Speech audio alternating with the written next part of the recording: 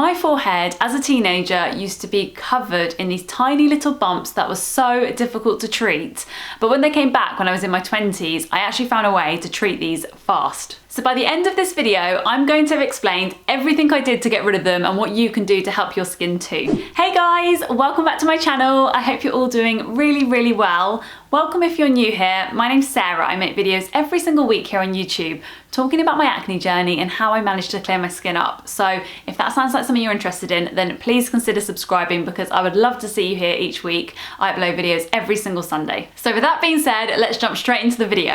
Okay, so the first thing to consider is whether something has changed within your skincare routine. For me, when I stopped using salicylic acid, and I've been using this as an ingredient in my skincare routine for like the whole of my teenage years, and it worked really well. So when I then removed this, because I changed up my cleansers when I was in my sort of early 20s, the little bumps started to come back. The best thing about salicylic acid is it really gets into the pores and clears things out. So I guess if your skin is really relying on ingredients like that and other chemical exfoliants, then when you remove them from your skincare routine, you start to get that build up again of oil and your dead skin cells sort of get trapped on top, which is why you may get acne, or more commonly, if this has first started to happen, you just start to get a really uneven texture, like little bumps on the skin. So basically all these dead skin cells are creating a blocked pore. So if you're unsure if you've actually removed something like a chemical exfoliant like salicylic acid, then the best thing to do is actually just have a read of the ingredients, maybe the sort of top 4 or 5. Because I guess sometimes you're using face washes and moisturizers and you don't really know what the active ingredients are unless you really take a look. Some of the really popular face washes that I guess lots of people use, particularly sort of late teens, early 20s, are things like the Neutrogena range.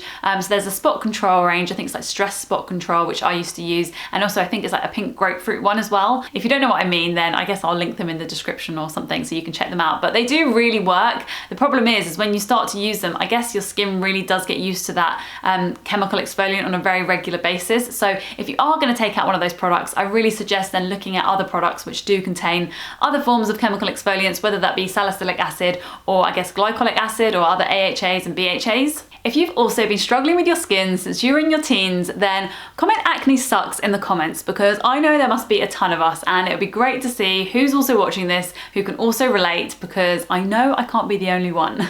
So the next thing to consider if you're struggling with these tiny little bumps in your skin, usually I found that for me it's been on my forehead and my T-zone, but they can also be a form of fungal acne. And I'm not sure this is something I've particularly suffered with, but I did read a lot about this when I was trying to clear them up. So essentially our skin is covered in lots of friendly yeast and bacteria, and when there's a slight offset or something changes, and this can happen either when you take antibiotics, or there could be some other medications that you're on, or just generally irritating the gut flora, I think that tends to kind of bring bouts of kind of yeast infection, and this can also sort of show up on your skin. So if this does kind of get knocked off balance, then you can find that the yeast really love like oily pores, I guess. So if you're somebody that struggles with oily skin and then you also have this kind of yeast infection on your face, it can create, I guess, what's called fungal acne. So fungal acne really is like a form of folliculitis. So essentially this is all coming from the hair follicle where the sebaceous gland is as well, which is where all acne starts from.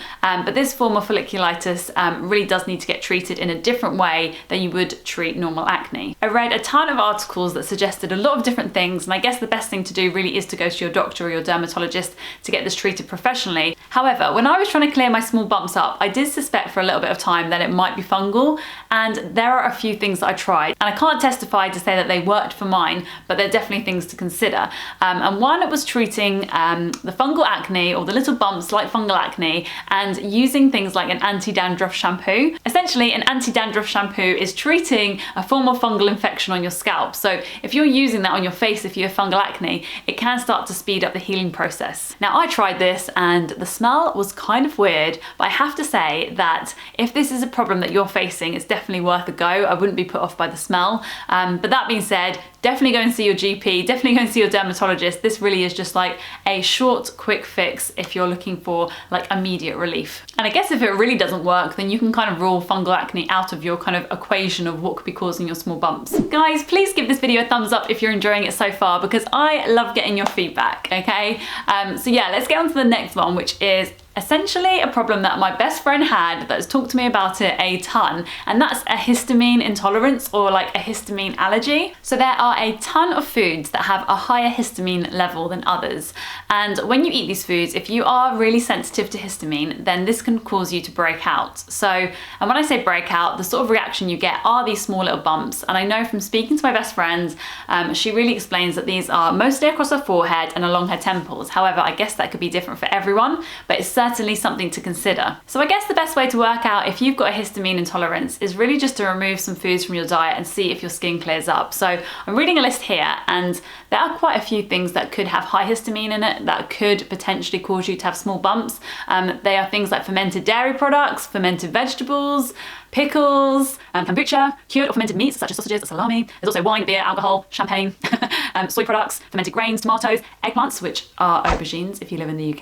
There's also like spinach and frozen salted or canned fish such as sardines and tuna, vinegar, tomato ketchup. I mean, there are quite a few here. So really, I guess it's working out if you eat lots of these foods in your diet like day to day, is maybe removing them for a week or two and seeing if this helps your skin. Okay, so finally the last one, and this is really the best tip that helped me clear my small bumps across my forehead, and this happened really instantaneously, and that was removing sugar from my diet. And I know it's really restrictive, and I wouldn't recommend completely ruling sugar out of your diet forever, but it's really kind of observing what makes you break out. And for me, I've noticed that's definitely when I eat high sugary foods, particularly if I'm eating them alone. So if I eat them with kind of like a source of fat or protein, that kind of tends to buffer the kind of blood sugar spike, if you like, which causes your insulin to rise and your other hormones to be knocked off balance.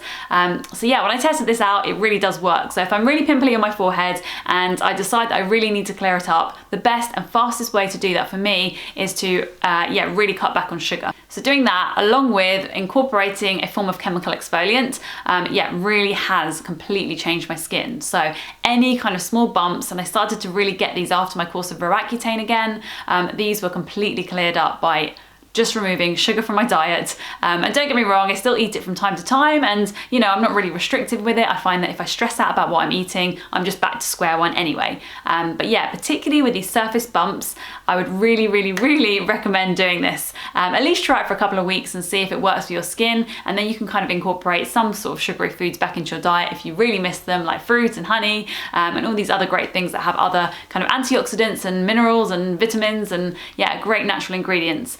But yeah, for me, I find that removing those, even just for a short while, does help me clear up my skin. So if you find skincare and acne videos really helpful, then please subscribe to my channel, because as I said earlier, I upload every single Sunday, and I'd love to have you guys stick around. Thanks to everybody that's given me a ton of content ideas for this channel. I put out an Instagram post in the week, and you guys had some really great suggestions. So I've certainly got an amazing lineup of content coming your way. So like I said, hit subscribe, hit the bell, and I will see you in my next one. Thanks so much for watching, guys. Bye.